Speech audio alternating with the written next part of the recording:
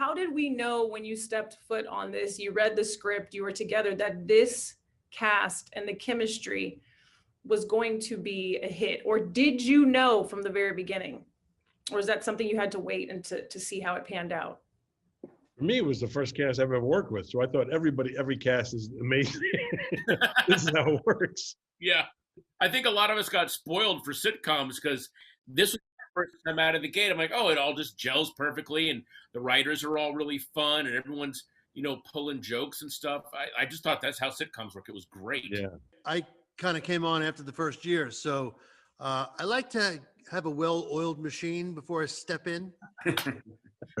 No, but these guys were working already for a good year before I came on. So it was a pretty well-oiled machine. So it was nice to step into that. Like I think after the first taping, like our first taping in front of an audience, because Michael, we were all like, is this funny? Is this gonna be, and then the first laugh was like, oh my God, this might actually work, the show.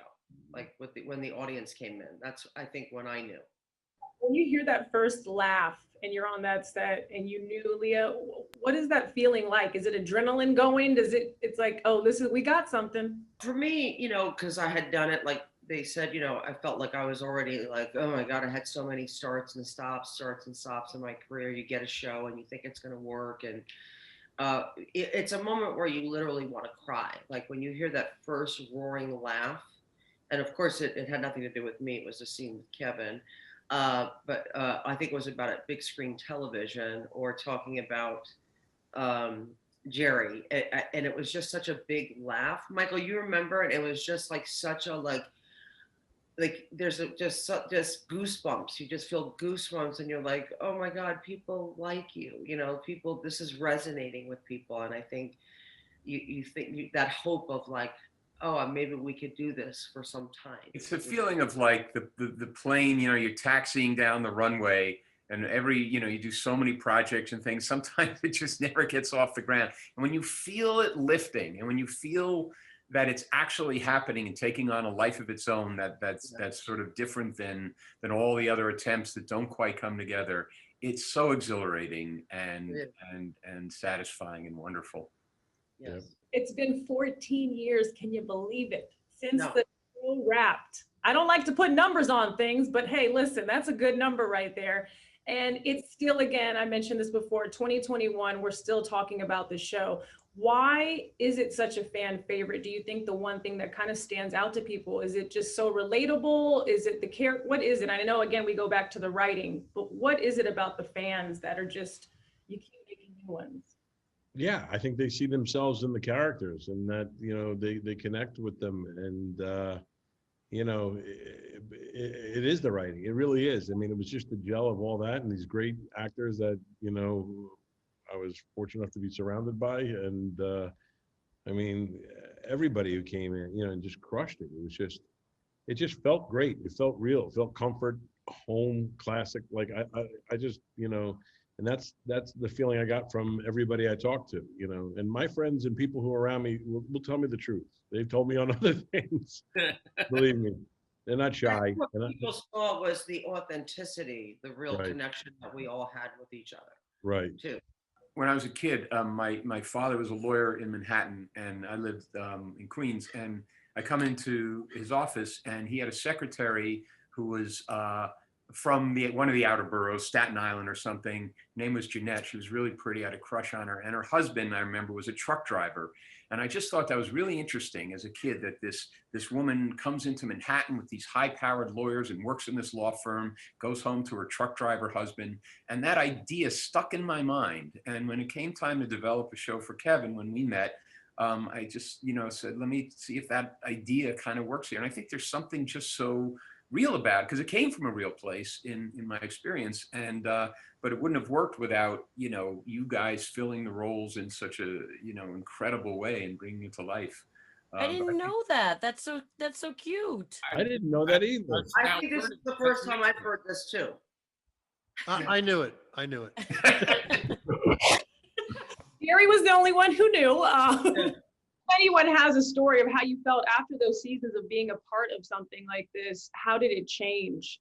Patton, even you saying when you first got on there, it wasn't something that you were used to on a regular basis. And Oh, well, I mean, getting to be with that cast every day, and especially watching during the week, watching how Kevin would work out his physical bits, or how Leah would, Leah doesn't get enough credit for taking what is normally kind of a thankless role of the wife that's always going, now, honey, but she invested it with so much comedy, and like found how to do it without, it was never needy, and to see people, and especially with Victor and Gary and Nicole, all that, just watching people be confident enough to figure out their own spots really helped me out later in my career. Really helped me out.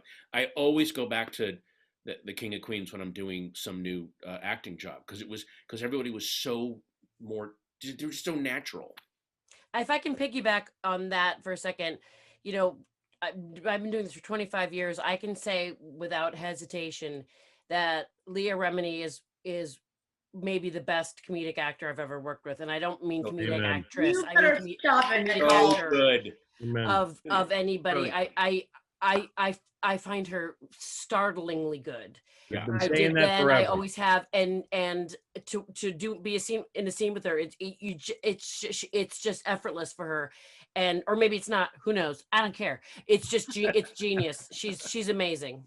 She would get this huge laugh just throwing lines away. I remember there's one where Doug is holding up his TV dinner and he goes, "It guarantees a pound of food. You think that's true?" And then she just goes, "I hope not." Like, just the way she said that was so like, and it got such a huge laugh, and it was no effort to it. Oh, it was so good.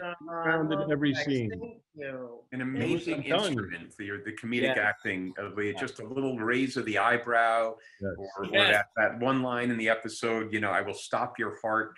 I remember there was one episode early on, the first Bryan Cranston with the dog, where the dog is barking, and you go to their house and ring their bell and just rip them a new one. And the first time you did in front of the audience, you went really, really big with it, and the audience was like, "Ooh, boy, she sound." And I huddled with you, and you were like, "See, they hate me. I just bring it down a little." And you went down, but you went too far down.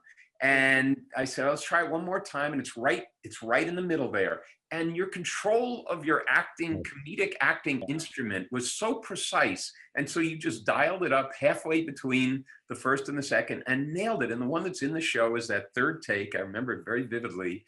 And it's just brilliant. And your ability to do that just never ceased to astound me during the 9 years we worked together. I would draft off her all first seasons, and for the whole run of the show is literally, she was the actor. She was the one making it. And it's so funny with these little lines and this and that, and the way she would respond to me, that it makes it easier for you. I would just, again, I call it it's like a tennis match where you're playing with an unbelievable partner, and you don't have to work as hard. It's like, get out of the way, just let her do her thing, man. And I don't know how this turned into a love fest for me. I don't know how to accept it, but I love you all. It's amazing. I like the same to all of you. Like, all of you are amazing. I can't. Please, I can't with all this. I want to just hear from Gary and Victor too, as well. Just knowing what came out of this, how did this show change your life after the fact? It was really my first acting gig, coming from a stand-up background, doing a lot of stand-up. I had hosted some things, but never really a solid acting gig. And I got the chance to write a script with Kevin and Rock Rubin. And we added, to introduce my character, we didn't know where it was going to go, what was going to happen, but we thought we might add this character that I did in my stand-up act of a pizza guy. Like, when you call a pizza place up, in order for them to think they're getting a real legitimate place, you would do a fake Italian accent and then hang up the phone and go back to talking normal like this. So we incorporated that into the script. And incidentally, that was my first scene, and with Jerry. Jerry was the bulk of that scene, me and him. He came to help me work in the pizza shop. And I was nervous, and it's Jerry Stiller and the whole thing. But I think because it was my first, I didn't know what to expect. So I just kind of coasted through it and fed off of Jerry, you know. But I look back at that now, I've seen it a couple times and it's really funny. I just look at the acting and I could see Jerry just almost pulling me through. Like he was just, you know, but that was a fun scene. So I just realized after that, doing stand up now and going out, what this show meant to people with fans coming up to me afterwards saying, oh my gosh. First of all, half of them didn't even know I did stand up. They were there because they thought it was Danny Heffernan. You know, that blew my mind. I was like, what? But yeah, that's, you know, kind of how it was for me. It was really a great experience. And then, you know, I got asked to be part of it, which was really, really nice. Yeah. At least that's how it was explained to me. Victor, I can ask you the same question. Yeah, you know, so I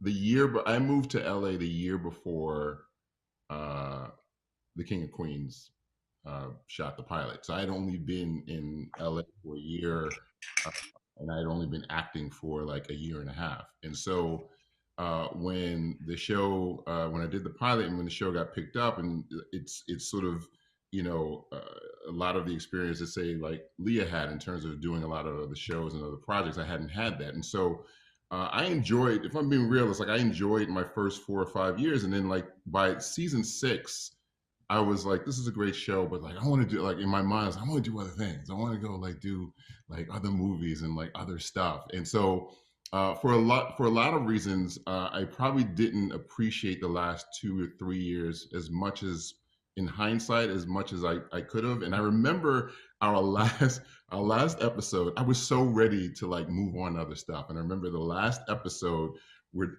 backstage for our final like curtain call.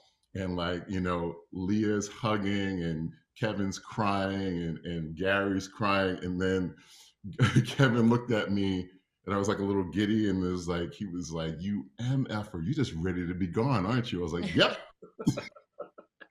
And then like maybe 2 years afterward, it wasn't until 2 years after the show that I realized, and I think it's sort of what Gary was talking about, is like you start meeting people on the street and they start sort of quoting, like I cannot tell you how many people would say like, oh my God, like my wife is Carrie and my and I'm Doug, and even friends that I know or friends who I met along the way, and they would say, listen, like, you know, my wife had a rough pregnancy and like she had to be home on like bed rest, and like King of Queens got her through it.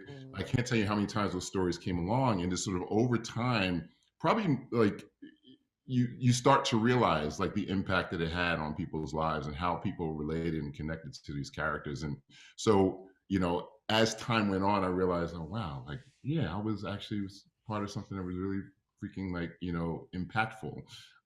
So I look back at those last 2 or 3 years and not being as appreciative as I probably could have been, where now I look back and say, wow, that was phenomenal.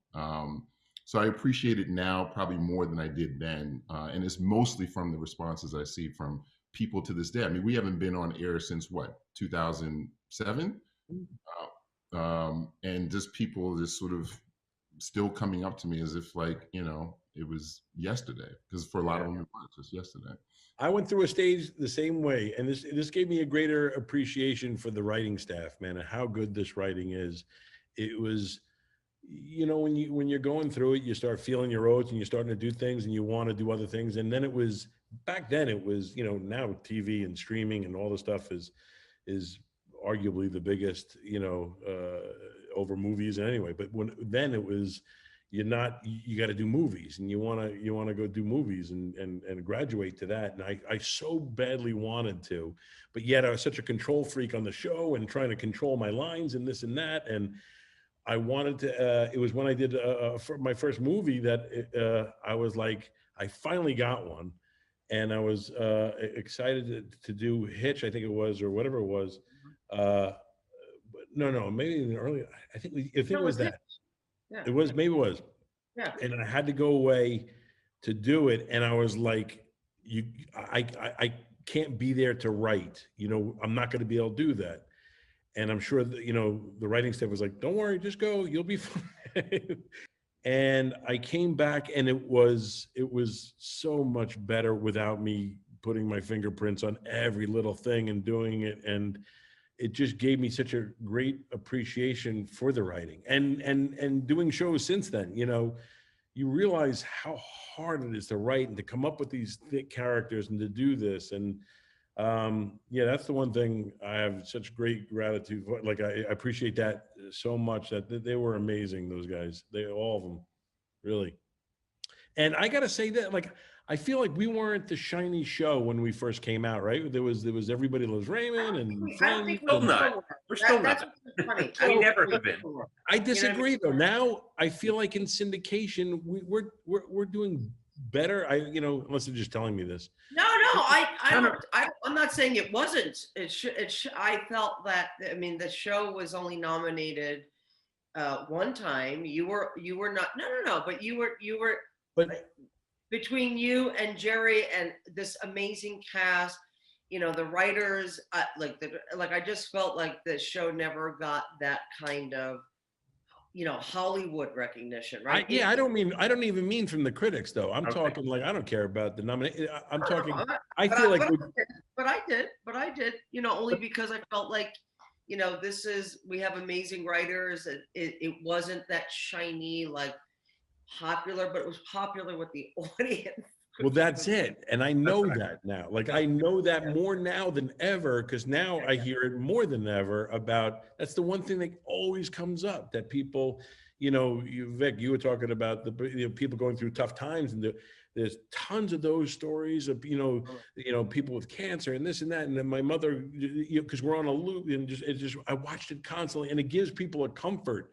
I don't even care to fall asleep at night. People watch it, like my friends watch, but I hear it from everybody that it's like appointment TV, and it's a comfort, and it's a classic comfort that is hard to come by, nowadays. It's like, so that, I don't know. Apparently we're massively syndicated in Europe, because I did a tour through Germany and Amsterdam and the UK 2 summers ago, and I was constantly recognized because of the King of Queens. That's awesome. Constantly. I think it's on like 5 times a day in Germany. It's huge. You said that too, Kevin. I remember when you got back from the Hitch publicity Yes, tour. exactly, Nick. Remember that story? He said if we have to feel bad about ourselves. Go ahead. Well, that was the one where every country we would go, I never did a movie before, and every country I would fly with Will and everybody. It feels tough when you're on a red carpet and nobody knows who you are in these, foreign lands, and everybody loves Will and this and that. And I'm like, each time we go there, I go, I just got to have my fake pointing, like, to who I'm going, pretend like I'm talking to people and work me through. I would tell Sussman, like, get me through there quick, because they don't know who I am. They don't like, and I remember Germany was the one where we landed, and all of a sudden the people going nuts. I'm like, there's Will again. But it was for us, for the show. It was for, and it was me and Will, like, literally competing with people going crazy. He still crushed me, but it was like, I had tons of people. It was such an amazing feeling that they really appreciated the show. And I was like, wow, that's cool. Fans, like, so deep into this. And again, someone who is not here with us today, Jerry, who really touched this show, who really made the show along with all of you. Again, it's hard to put him and what he's done to the world in one word. But if each of you could, say one thing about him that really just hold in your heart about him. He was the heart of the show. He really was the heart of the show in every sense of the word, because he literally it would have died without him. It wouldn't have been there without him. There's no, well, maybe you could have done this or that. It absolutely depended on him coming together. He was the missing piece. And he was just such a gentle, beautiful soul, that he really was the glue, the heart, and everything of this show. And, again, without him, we had nothing. So I'm very thankful to have been able to experience and share that time with him. He's She one asked for one word. You took all of our one Yeah. words. I know. Yeah, generous. heart. I mean, heart. He represents heart. He represents home. He represents everything that's comforting to people, I think. One word, Leah. Corn. Okay, well, I'm giving you all something to say. Oh, okay. I'm going to say generous. He's definitely the most generous actor I've ever worked with, both in terms of what he gives, but being there to take whatever you're giving him as well. So generous man. Generous. Good word. Also instinct, for all of his preparation. Once he walked out there, he would always go on pure instinct, and it never let him down. And the fact that he trusted his instinct, led me to try to start doing more of that in my work. It was amazing to see it. It was amazing. Yeah, he was just joyful, really, to be around. Yeah. He like Victor said, he was more of a giver than a taker, totally. He, like Kev said, he cared more about you than about anything else, and it came across even in his acting. Like he was just such a giver. Yeah. And for me, working with him, it was watching sort of effort meet effortlessness. Like he worked so hard, and yet it was so effortless when you watched him. Yeah. Michael? Jerry had probably a tougher life growing up than any of us here, and what he brought to the character and to his real life persona was just that his spirit remained strongly alive through it all. And Arthur, even living in a basement, just came up, ready to charge at the world every day. And I think people really loved that and appreciated that and related to it. Absolutely. Again, guys, I'm going to name everyone: Victor, Patton, Leah, Kevin, Gary, Nicole, Michael. I appreciate your time so much. Thank you for allowing me to sit with you all today and take your time and do this amazing event. So thank you guys so much. I appreciate it. Thank you, Sibley. Thank you, Sibley. Thank you. Awesome. Stay safe, everybody.